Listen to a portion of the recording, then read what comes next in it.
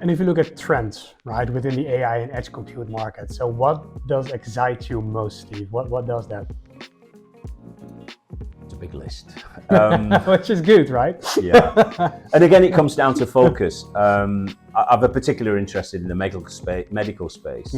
I'm focused on a few areas where we're looking at women's health. So medical space is one, and it's a fairly broad topic, and I think working in that space and making some advances there. Industrial automation is another space, robotics and the improvement in the efficiency in how we utilize factories. There are many what they call dark factories now, where there are fewer people operating in those factories. They operate in the dark, and the system and the machines run, the robotic systems take over, where then you can concentrate on doing other tasks and in much more efficient. So I think industrial applications, medical applications, automotive and mobility is another area where we can save a lot, because if you think about all the traffic jams we have around the world, there's a lot of carbon fuels burned with cars sat going nowhere.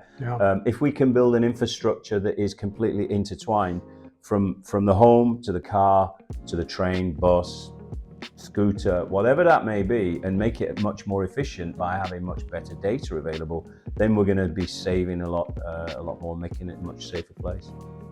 It's about connecting everything. Yeah.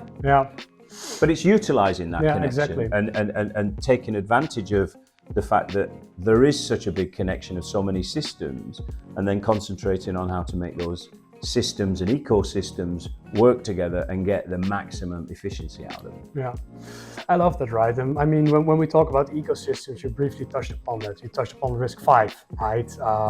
And also, if we talk about, let's say, open source architectures, maybe. RISC-V is obviously, let's say, sort of influencing the dynamics of the AI semiconductor industry. So what's your take on that? So I think RISC-V has been refreshing to the industry. It's allowed many startup companies to be able to expand their business much faster.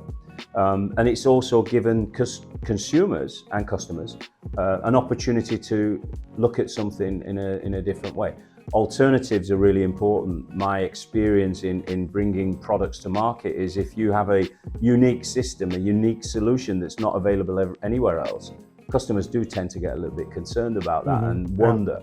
Now, with RISC-V expanding more and more semiconductor companies actually themselves are looking at having dual solutions and expanding in both directions. That means that RISC-V has definitely a big future alongside ARM.